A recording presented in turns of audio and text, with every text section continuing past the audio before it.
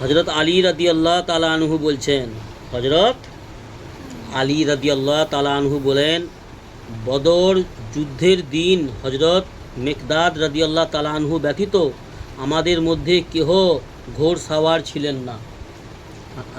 ধ্যান দাও, কি হয়েছে, ঘুম পাচ্ছে? একটু শুনে নাও, মুসনাদে আহমদ শরীফের হাদিস। হজরত আলী রাদিয়াল্লাহু তাআলা আনহু বলেন, বদরের যুদ্ধে একটা যুদ্ধ ছিল, বদর একটা জায়গাতে, একটা জায়গার নাম বদর, জায়গাটার নাম ছিল বদর। সেই জায়গাতে যুদ্ধ হয়েছিল বলে যে যুদ্ধটার নাম হচ্ছে বদর। আমরা যেমন যুদ্ধ হয়েছিল বিভিন্ন জায়গাতে, সেই জায়গার নামে তায়েফ। তায়েফে যে নবীজির রাসূল সাল্লাল্লাহু আলাইহি ওয়াসাল্লামের উপরে অন্যায় অত্যাচার করেছিল, বা বিভিন্ন জায়গার নামে যুদ্ধ, যেই সব জায়গায় যুদ্ধ হয়, আমরা বলি ইসরায়েলের যুদ্ধ।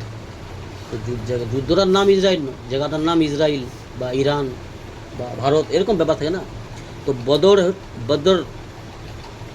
বদরের যে যুদ্ধ হয়েছিল, সেই যুদ্ধেতে সাহাবা কেরামদের মধ্যে শুধুমাত্র হজরত মেকদাদ রাদিয়াল্লাহু তাআলা আনহু সওয়ারির মধ্যে ছিলেন, ঘোড় সওয়ার মানে ঘোড়ার উপরে।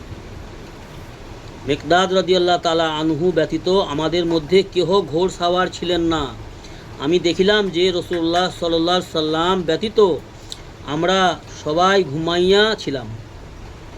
রাসূলুল্লাহ সাল্লাল্লাহু আলাইহি সাল্লাম ব্যতীত সকলেই ঘুমাইয়া গিয়েছিল। রাসূলুল্লাহ সাল্লাল্লাহু আলাইহি সাল্লাম একটি গাছের নিচে নামাজ পড়িতে পড়িতে এবং কাঁদিতে কাঁদিতে সকাল করিয়া দিলেন। যুদ্ধের ময়দানে গিয়েও রাসূলুল্লাহ সাল্লাল্লাহু আলাইহি সাল্লাম কত ইবাদত করতেন। আর আজকের সমাজে অনেক মুসলমান সমাজে লোক আছে যারা বলে নামাজ পড়তে হবে কেন। আমার নবী সাল্লাল্লাহু আলাইহি সাল্লাম যুদ্ধের ময়দানে গিয়ে গাছের তলায় সমস্ত সাহাবারা আরাম করছে, একটু ঘুমোচ্ছে, জি। আর রাসূলুল্লাহ সাল্লাল্লাহু আলাইহি সাল্লাম নামাজের মধ্যে কাঁদতিছে, উম্মতের জন্য কাঁদতিছে, আল্লাহর কাছে সাহায্য প্রার্থনা করতেছে যাতে করে আমরা জয়ী হতে পারি। আর আজকের দিনে আমাদের সমাজে, মুসলমান সমাজের লোক নামাজ পড়া জরুরি মনে করে। নফল ইবাদত তো পরের কথা, ফরজ ইবাদতই তো করেনি। আর বলে কি নামাজ পড়ার কোনো দরকার নেই, শুধু পীরেদের পাঠিব, পীরেদের খিদমত করো। জি, এমন এখনকার সমাজে আছে গো, আলিম নামে অনেক জালিম আছে। শুধু পীরেদের খিদমত করো, পীরেদের পাঠিপো, পীরেদেরকে হাওয়া করো, পীরেদেরকে পয়সা দাও, তোমাদের সব মাফ হয়ে যাবে। হয় রাসূলুল্লাহ সাল্লাল্লাহু আলাইহি সাল্লাম দুনিয়া থেকে পর্দা নেওয়ার আগে মুহূর্তে, দুনিয়া থেকে বিদায় নেওয়ার আগে মুহূর্তে, রাসূলুল্লাহ সাল্লাল্লাহু আলাইহি সাল্লামের ইন্তেকালের ঠিক আগে মুহূর্তে শেষ কথা যেটা বলেছে রাসূলুল্লাহ সাল্লাল্লাহু আলাইহি সাল্লাম, শেষ ওসিয়ত করে যেটা গেছেন আমাদেরকে, উম্মতকে, কি বলেছেন রাসূলুল্লাহ সাল্লাল্লাহু আলাইহি সাল্লাম? শেষ বাক্য দুনিয়া ছেড়ে যাওয়ার আগে, আয় আমার সাহাবারা, আয় আমার বন্ধুরা, আয় আমার উম্মত, নামাজ ছেড়ো না, নামাজ ছেড়ো না, নামাজ ছেড়ো না। আর তোমার অধীনস্থদের সঙ্গে ভালো ব্যবহার করো। অধীনস্থ মানে বুঝো, আমার আয়ত্তে যারা আছে। অধীনস্থ মানে কি? আমার আয়ত্তে, আমার অধীনে, আমার অধীনে নিজের স্ত্রী, সন্তান, বৌমা, ছেলে, পোতাপতি, তাদের সঙ্গে ভালো ব্যবহার করো, তাদের উপরে জুলুম অন্যায় করো না। কাজের লোক, অনেক বাড়িতে যাদের হাইফাই ফ্যামিলি, তাদের ঘরের কাজের লোক থাকে না, তখনকার রাসূলুল্লাহ সাল্লাল্লাহু আলাইহি ওয়াসাল্লামের জমানায় সব বাঁধি থাকতো, বাঁধি মানে কাজের মেয়ে থাকতো ঘরে। তো এখনকার দিনে সেগুলো যেহেতু আমাদের সমাজে প্রায় নেই বললেই চলে, আছে শহরে আছে, বড়ো বড়ো হাইফাই ঘরে যারা অবস্থাওয়ালা মালদা তাদের ঘরে আছে, আমাদের গরিব ফ্যামিলিতে নেই। তা আমাদের অধীনস্থ মানে আমাদের স্ত্রী, বাচ্চা, সন্তান, ছেলে, বৌমা, নাতিপুতি, মেয়ে, জি, পোতাপতি, তাদের সঙ্গে ভালো ব্যবহার মানে কি? তারা যা করতে চায় করতে দাও, এটা ভালো ব্যবহার না। তাদেরকে আখিরাতের ভয় দেখানো, তাদেরকে দ্বীন ইসলামের শিক্ষা দেওয়া, দিন ইসলামের এলেম দেওয়া, দিন ইসলামের তাদের সঙ্গে আলোচনা চর্চা করা, তাদেরকে আল্লাহর হুকুমে চলার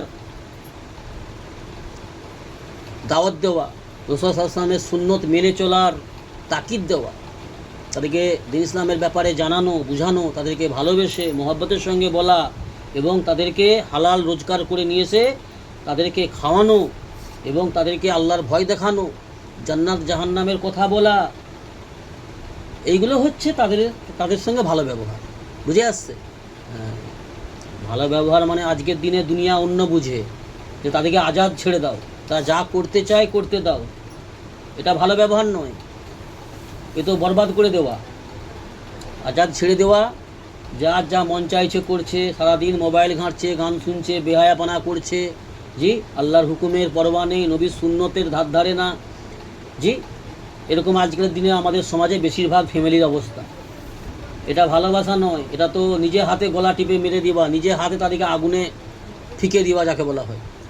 নিজে হাতে নিজের ফ্যামিলি মেম্বারকে, নিজের নসলকে, নিজের পরিবারকে জাহান্নামের আগুনে ফিকে দেওয়া, জাহান্নামের আগুনে ধাক্কা দিয়ে ঠেলে দেওয়া, এটা কেউ আমরা চাই কি?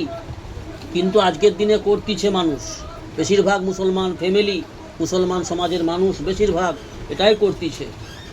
নিজেও আল্লাহর হুকুমের ধার ধারে না, আল্লাহর হুকুম মানে না, নবীর সুন্নত মানে না, রাসূল সাল্লাল্লাহু আলাইহি ওয়াসাল্লামের সুন্নতের ব্যাপারে এলেম হাসিল করে না, দিন ইসলামের জ্ঞান রাখে না, এলেম রাখে না, আর তাদের ফ্যামিলি, ছেলে মেয়ে, বিবি বাচ্চা সব বেপর্দা হয়ে, বেহায়া হয়ে বেদিনীভাবে জীবন কাটাচ্ছে। এটা আজাদি নয়, এটা আল্লাহ রাসূল সাল্লাল্লাহু আলাইহি ওয়াসাল্লামের এটা তাকিদ নয়, এটা আদেশ নয়।